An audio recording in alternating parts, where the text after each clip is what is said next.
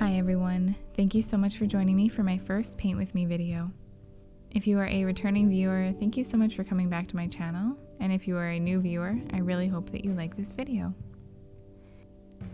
I know that there are quite a few new viewers as well, thanks to a recommendation from Ailey of The Thoughtful Knitter. Ailey hosts a wonderful and relaxing knitting podcast where she talks about what she's getting up to in Scotland and mostly about what she's knitting. If you are someone who is interested in the fiber arts at all, I can highly recommend her channel, and most of all, I'd like to say a huge thank you for her kind recommendation of my channel in one of her recent videos.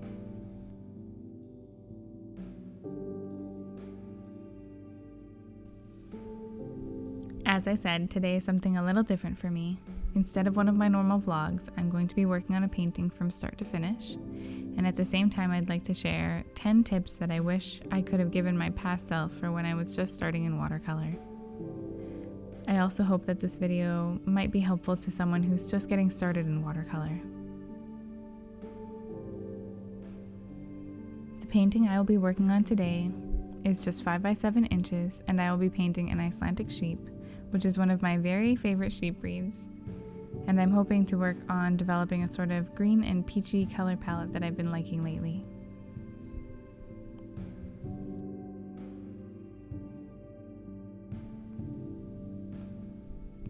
A few years ago, when I got back into knitting, I was very interested in knitting with wool yarns, and that's when I learned that there were actually many different sheep breeds, and the Icelandic sheep quickly became one of my top favorites.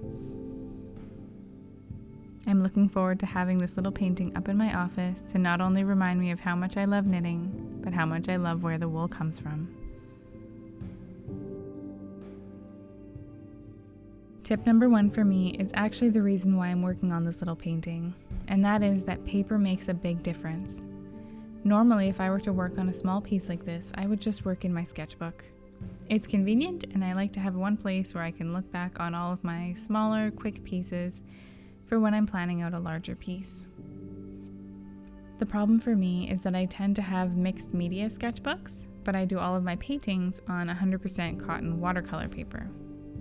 The papers are so different that while I can get a general idea down in my sketchbook, I'm not going to get the results that I would be able to get on my cotton paper. So working in my sketchbook limits how much I can actually work on developing my painting skills.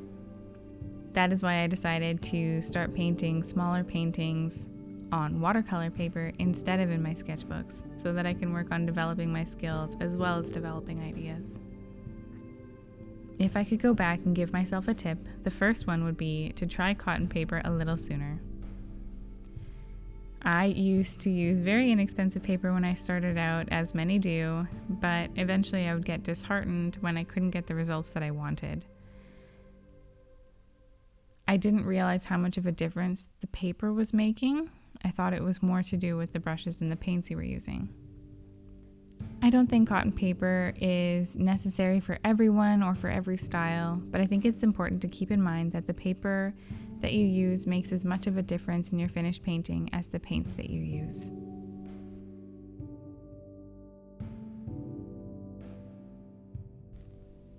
It's funny to watch this back and see how long I put off working on that second eye. But the sketch is finally done now, and it's time to get painting. Which leads me to tip number 2. Water is for more than cleaning your brushes. When I first started painting, I didn't really consider water as one of my materials. It was just something you keep on hand so that you can keep your brushes wet and clean them off when you want to change colors.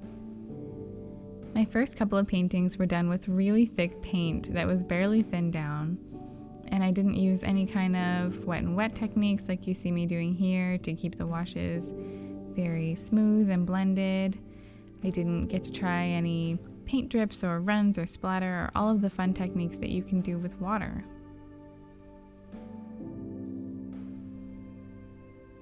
Another quick point is that I didn't understand why sometimes my brush would start soaking up the paint in the water on the page, and sometimes it would flood the paper with water.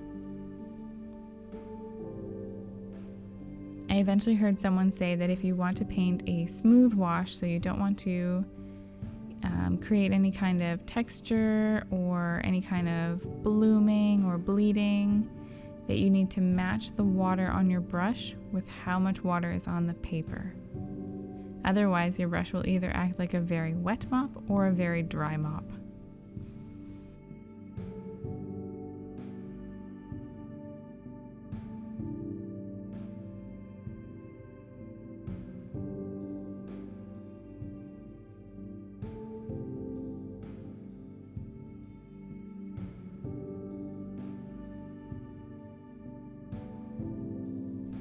Keeping on the topic of water, tip number 4 would be to paint with dirty water. And what I mean by that is I didn't realize at first how much you have to thin down your paints. I eventually realized that for a lot of the layers I do, I'm pretty well painting with water that has paint in it. I tend to thin down my paints to the point where when I'm mixing the paint with my brush and the palette, there's no streaks left behind. It's very loose and thin in the palette. Once I get to finer details, I do use thicker paint, but that's not until the end.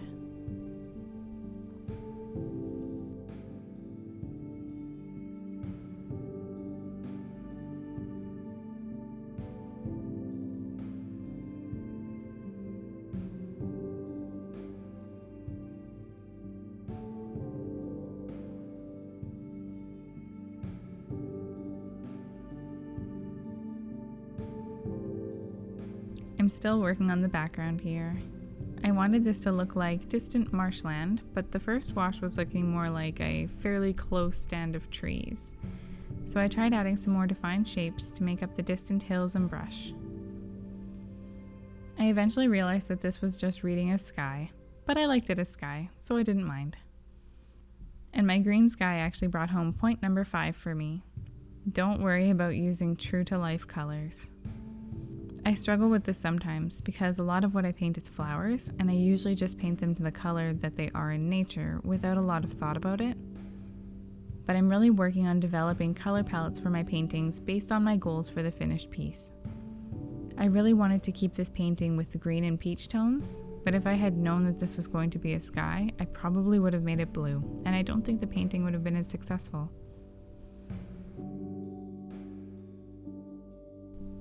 Another thing that I wish I could have told myself when I started painting is that it's okay for your painting to look painted. I wanted my work to look clean and polished, and so I would blend everything right out. Some of my paintings were actually mistaken for being done in pencil because they were so blended. There's nothing inherently wrong with that, but some of my favorite paintings that I've seen are more impressionistic, where they read really well at a distance, but when you get up close, you can see brushstrokes and texture and the painter's hand. I'm working to add more of that texture in my work, and I'm glad to be getting to a place where I can feel comfortable with that.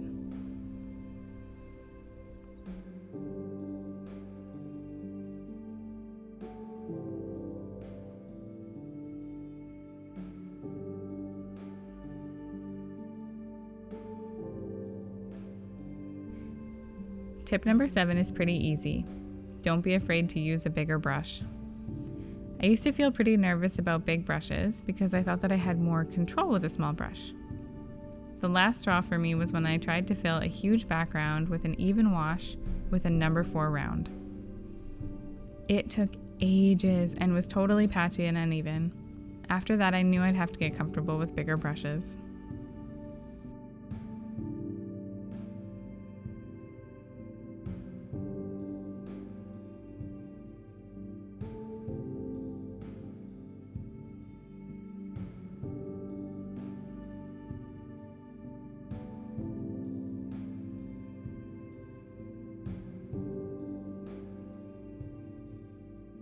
Tip number 8 is start with what you know. It can be daunting to paint a complex or unfamiliar subject. I have found that the best way to start is to ask yourself what you know for sure. That way you can break down your subject into bite-sized steps. For me, step 1 with this sheep was seeing that the whole sheep was beige, but it was lighter on the top. Just tiny steps like this can take you through your whole painting.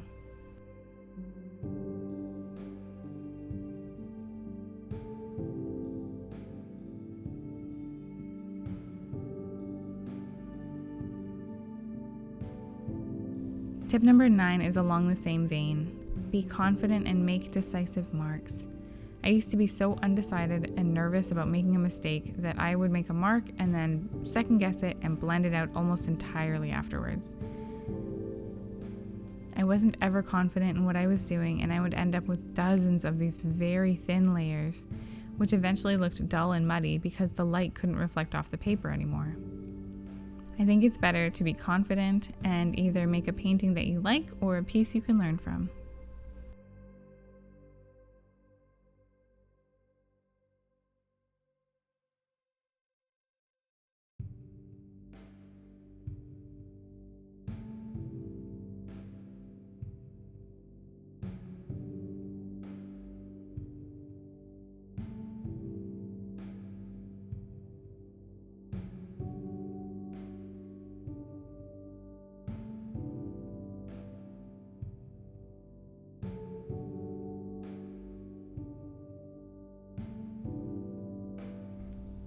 And my last tip would be to not worry about wasting supplies. This was a very hard one for me, but playing and practice is how we learn and grow as artists. Rather than worrying about running out of supplies, it's better to use them up and enjoy it.